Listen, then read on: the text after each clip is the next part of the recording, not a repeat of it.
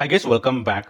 ഇന്നത്തെ ഈ ഒരു വീഡിയോയിൽ ഡിസ്കസ് ചെയ്യുന്നത് എന്നോട് പല ആൾക്കാരും ചോദിച്ച ഒരു ഡൗട്ടാണ്, ഇൻട്രാഡേ ചെയ്യാൻ ഫ്യൂച്ചർ ആണോ ഓപ്ഷൻസ് ആണോ ബെറ്റർ എന്നുള്ളത്. അപ്പോൾ അതിനുള്ള ഒരു ഉത്തരവാണ് ഈ ഒരു വീഡിയോയിൽ ഞാൻ നിങ്ങളോട് ഷെയർ ചെയ്യുന്നത്.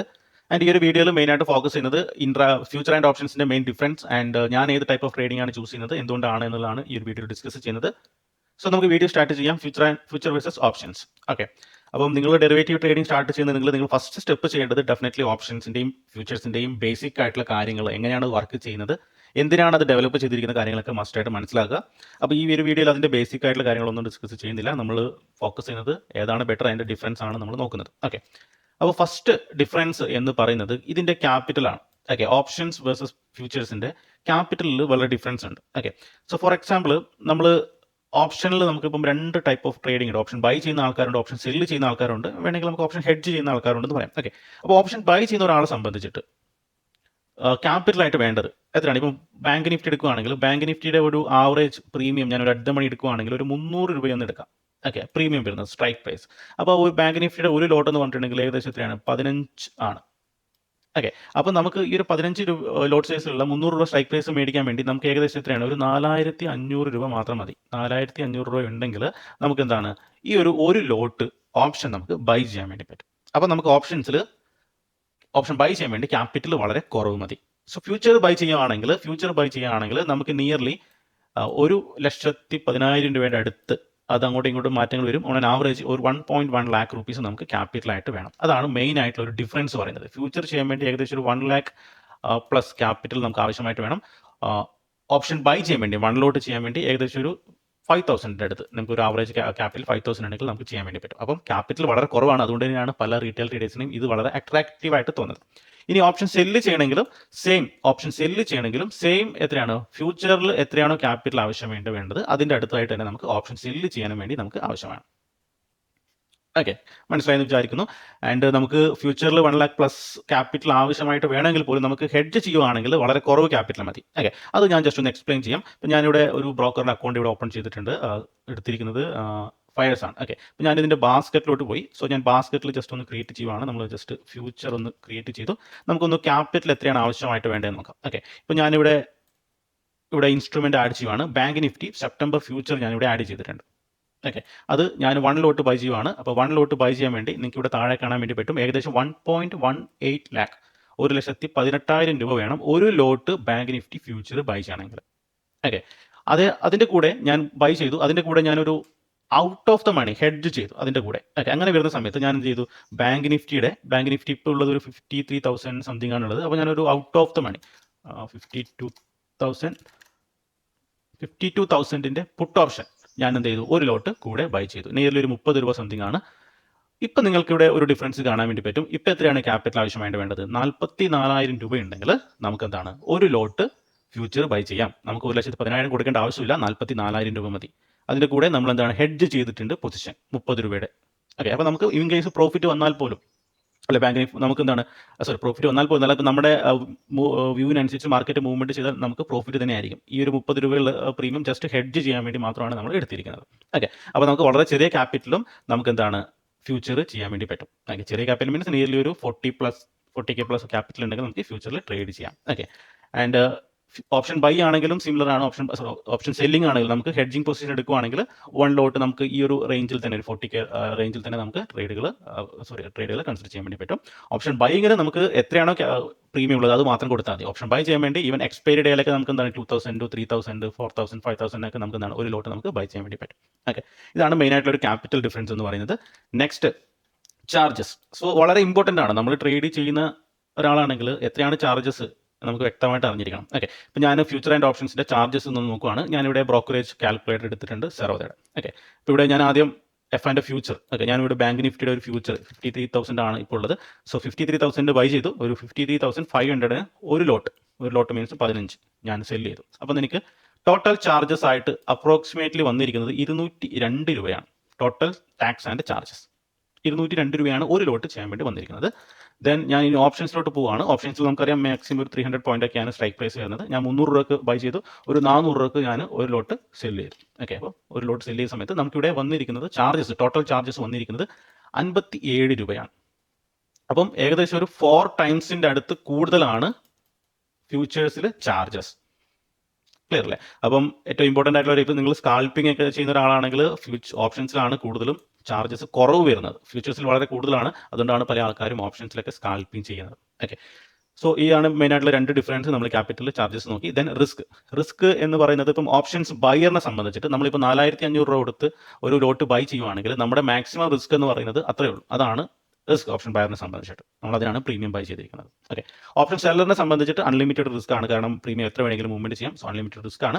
ആൻഡ് ഫ്യൂച്ചറിനെ സംബന്ധിച്ചിട്ട് ഫ്യൂച്ചർ കുറച്ചുകൂടി ഹെവി റിസ്ക് എന്ന് പറയാം. കാരണം എന്താണെന്ന് വെച്ചിട്ടുണ്ടെങ്കിൽ ഇപ്പം ഫ്യൂച്ചർ ആക്ച്വലി ഇപ്പം ബാങ്ക് നിഫ്റ്റി 53,000 ആണുള്ളത്. ഓക്കെ, 53,000 ആണ് ബാങ്ക് നിഫ്റ്റിയുടെ ഇപ്പോഴത്തെ പ്രൈസ്. അപ്പോൾ നമ്മൾ ഒരു ലോട്ട് ബൈ ചെയ്യുക എന്ന് മീൻസ് ഏകദേശം 15 × 53,000 രൂപ, ഏകദേശം ഒരു 8 lakh അപ്രോക്സിമേറ്റിലാണ്. ഒരു 10 lakh എടുക്കുക. സോ 10 lakhന്റെ പൊസിഷനാണ് നമ്മൾ എടുത്തിരിക്കുന്നത് ഒരു ലോട്ടിൽ. അത് ഓർത്തിരിക്കുക. 10 lakhsന്റെ പൊസിഷൻ എടുത്തിട്ടാണ് നമ്മൾ ഹോൾഡ് ചെയ്യുന്നത് ഫ്യൂച്ചർ. ഓക്കെ, അത് മാർജിൻ യൂസ് ചെയ്യുന്ന സമയത്ത് നമുക്ക് 1,18,000 രൂപ നമുക്ക് ബൈ ചെയ്യാൻ പറ്റും. ബട്ട് അതിന്റെ ആക്ച്വൽ കോസ്റ്റ് അല്ലെങ്കിൽ ആക്ച്വൽ വാല്യൂ എന്ന് പറയുന്നത് വിത്ത് ലിവറേജ് അടക്കം 10 lakhന്റെ അടുത്താണ് അപ്രോക്സിമേറ്റ്ലി. അപ്പോൾ അതുകൊണ്ട് തന്നെ അതൊരു ഹെവി റിസ്കി പൊസിഷനാണ്. ബട്ട് നമ്മൾ കറക്റ്റായിട്ട് മാനേജ് ചെയ്യുവാണെങ്കിൽ നമുക്ക് ഓക്കെയാണ്. സോ റിസ്ക് എപ്പോഴാണ് ഉണ്ടാവുന്നത്? നമുക്ക് എന്തിനാണോ ട്രേഡ് ചെയ്യാൻ അറിയാത്തത് അവിടെയാണ് നമുക്ക് റിസ്ക് ഉണ്ടാവുന്നത്. ഓക്കെ, നമ്മൾ കറക്റ്റായിട്ട് കാര്യങ്ങൾ മനസ്സിലാക്കുകയാണെങ്കിൽ റിസ്ക് നമുക്ക് മാനേജ് ചെയ്യാം. ഓക്കെ, ഇനി ഇതിന്റെ പ്രോസ് ആൻഡ് ഇത് നോക്കാം. ഓക്കെ, ഫ്യൂച്ചർ ആൻഡ് ഓപ്ഷൻസിൽ ഏതാണ് അപ്പം ആർക്കൊക്കെയാണ് ബെറ്റർ? ഈവൻ ഓപ്ഷൻ ട്രേഡറിനെ സംബന്ധിച്ചിട്ട് ആര് ചെയ്യുന്നതായിരിക്കും നല്ലതെന്നുള്ളത്. സോ നമുക്കിപ്പം ഓപ്ഷൻ ട്രേഡ് ചെയ്യാൻ വേണ്ടി നമുക്ക് ചെറിയ ക്യാപിറ്റൽ ആൾക്കാരുണ്ടാവും. ചെറിയ ക്യാപിറ്റൽ മീൻസ് ലോവർ ക്യാപിറ്റലുള്ള ആൾക്കാരാണെങ്കിൽ സോ ഡെഫിനറ്റ്ലി അവർക്ക് ഏറ്റവും ബെസ്റ്റ് എന്ന് പറയുന്നത് ഓപ്ഷൻസ് ആണ്. ഓപ്ഷൻസിൽ ട്രേഡ് ചെയ്യേ പറ്റുള്ളൂ എന്നുള്ള ആൾക്കാർക്കൊക്കെ, ലോവർ ക്യാപിറ്റൽ ആൾക്കാർ. സോ എസ്പെഷ്യലി ഇപ്പം റീസെൻ്റ്ലി എല്ലാവരും ഓപ്ഷൻസിലാണ് ട്രേഡ് ചെയ്യുന്നത്. അപ്പം ലോവർ ക്യാപിറ്റൽ ആൾക്കാരൊക്കെ ഓപ്ഷൻസിലാണ് ചെയ്യുന്നത്. ദെൻ ഇതിൻ്റെ റിസ്ക്, അപ്പം ഇതിൻ്റെ ഒരു പ്രോസ് പറയുകയാണെങ്കിൽ റിസ്ക് ലിമിറ്റഡ് ടു പ്രീമിയം. ആ ഒരു പ്രീമിയം എത്രയാണോ അതിനനുസരിച്ചാണ് അതിൻ്റെ റിസ്ക് വരുന്നത്. ആൻഡ് പിന്നെയുള്ള ഇപ്പം ഓപ്ഷൻ സെല്ല് ചെയ്യുന്ന ഒരാളെ സംബന്ധിച്ചിട്ട് നമുക്ക് എന്താണ് മൾട്ടിപ്പിൾ സ്ട്രാറ്റജീസ് അവൈലബിൾ ആണ്. മൾട്ടിപ്പിൾ സ്ട്രാറ്റജീസ് മീൻസ് നമുക്ക് ഒരുപാട് ഹെഡ്ജിങ് പൊസിഷനുള്ള even iron condor, then strangle, അങ്ങനെയുള്ള എക്സെട്ര ഒരുപാട് സ്ട്രാറ്റജികൾ നമുക്ക് അവൈലബിൾ ആണ്. ഈവൻ മാർക്കറ്റിൻ്റെ മൂവ്മെൻറ്റ് പ്രിഡിക്റ്റ് ചെയ്യേണ്ട ആവശ്യം പോലും ഇല്ല. ഓക്കെ, ഒരു അൺസർട്ടൺ കണ്ടീഷനിൽ പോലും നമുക്ക് എന്താണ് ഓപ്ഷൻ സെല്ലിംഗ് വഴി നമുക്ക് പ്രോഫിറ്റ് എടുക്കാൻ വേണ്ടി പറ്റും, കറക്റ്റ് ആയിട്ടുള്ള നോളജ് നമുക്ക് ഉണ്ടെങ്കിൽ. ഓക്കെ, ദെൻ ഇതിൻ്റെ ഒരു കോൺസ് പറയുവാണെങ്കിൽ ഇത് കുറച്ച് കോംപ്ലക്സ് ആണ്. ബിഗിനറിനെ സംബന്ധിച്ചിട്ട് കുറച്ച് കോംപ്ലക്സ് ആയിട്ടുള്ള ഒരു മെത്തഡാണ് ഓപ്ഷൻസ്. കാരണം ഓപ്ഷൻസിൽ ലേൺ ചെയ്യുക എന്നുള്ളത് കുറച്ച് ടഫായിട്ട് കാര്യമാണ്. നമുക്ക് ഒരുപാട് ഫാക്ടേഴ്സ് നമ്മൾ പഠിക്കണം. ഓപ്ഷൻസ് പറ്റി നല്ല രീതിയിൽ മനസ്സിലാക്കി മാത്രമേ നമുക്ക് ഓപ്ഷൻസിൽ പ്രോഫിറ്റ് എടുക്കാൻ വേണ്ടി പറ്റുള്ളൂ. ഓക്കെ, ദെൻ ഫ്യൂച്ചറിൽ വരുന്ന സമയത്ത് ഇത് ആർക്കാണ് പറ്റിയെന്ന് ചോദിച്ചിട്ടുണ്ടെങ്കിൽ അതിൻ്റെ ഒരു പ്രോസ് പറയുകയാണെങ്കിൽ ലൈക്ക് ഇത് കുറച്ചുകൂടി മനസ്സിലാക്കാൻ കുറച്ച് എളുപ്പമാണ്. റൈറ്റ്, ബൈ ഓർ സെൽ അത്രയും നമുക്ക് ആവശ്യമുള്ളൂ. ഫ്യൂച്ചർ ബൈ ഓർ സെൽ കുറച്ചുകൂടി എളുപ്പമാണ്. ഓപ്ഷൻസിൽ പോലെ നമുക്ക് ഒരുപാട് ഫാക്ടേഴ്സോ കാര്യങ്ങളോ നമ്മൾ അധികം നമ്മൾ ചെക്ക് ചെയ്യേണ്ട ആവശ്യമില്ല. ഫ്യൂച്ചേഴ്സിലും അങ്ങനെയുള്ള ഫാക്ടേഴ്സ് ഉണ്ട്, ബട്ട് കുറച്ചുകൂടി എളുപ്പത്തിൽ നമുക്ക് മനസ്സിലാക്കാൻ വേണ്ടി പറ്റും. ദെൻ ഷോർട്ട് ടേം ട്രേഡേഴ്സിന് സൂട്ടബിൾ ആണ് ഈ ഒരു ഫ്യൂച്ചർ എന്ന് പറയുന്നത്. ഷോർട്ട് ടൈം മീൻസ് ഇപ്പോൾ നമ്മൾ പൊസിഷൻ ട്രേഡ് എടുക്കുന്ന ആൾക്കാരുണ്ട്. നമുക്ക് ഇന്ന് ബൈ ചെയ്ത് നാളെ സെല്ല് ചെയ്യുക അല്ലെങ്കിൽ നാളെ കഴിഞ്ഞ് സെല്ല് ചെയ്യുന്ന രീതിയിലുള്ള ചെയ്യുന്ന ആൾക്കാർക്കുണ്ട്. അവർക്ക് കുറച്ചുകൂടി ബെറ്റർ ആണ്. ആൻഡ് കാരണം ഇവിടെ ഒരു ഫാക്ടർ ഉണ്ട്, തീറ്റ ഡേക്ക് എന്നുള്ള ഒരു ഫാക്ടർ ഉണ്ട്. അത് നമുക്ക് ഓപ്ഷൻസിൽ ഉണ്ട്. തീറ്റ ഡേക്ക് മീൻസ് ടൈമിനനുസരിച്ചിട്ട് പ്രീമിയത്തിൻ്റെ വാല്യൂ കുറഞ്ഞു വരുന്നത്. അത് ഓപ്ഷൻസിലുണ്ട്, ഫ്യൂച്ചേഴ്സിൽ അങ്ങനെയുള്ള ഒരു കാര്യമില്ല. അതുകൊണ്ട് തന്നെ അതൊരു അഡ്വാൻറ്റേജ് ആണ് ഫ്യൂച്ചേഴ്സ് ട്രേഡിങ്ങിനെ സംബന്ധിച്ചിട്ട്. റൈറ്റ്, സോ ഇതാണ് മെയിൻ ആയിട്ടുള്ള ഒരു ഡിഫറൻസ്, പ്രോസ് കോൺസ് എന്ന് പറയുന്നത്.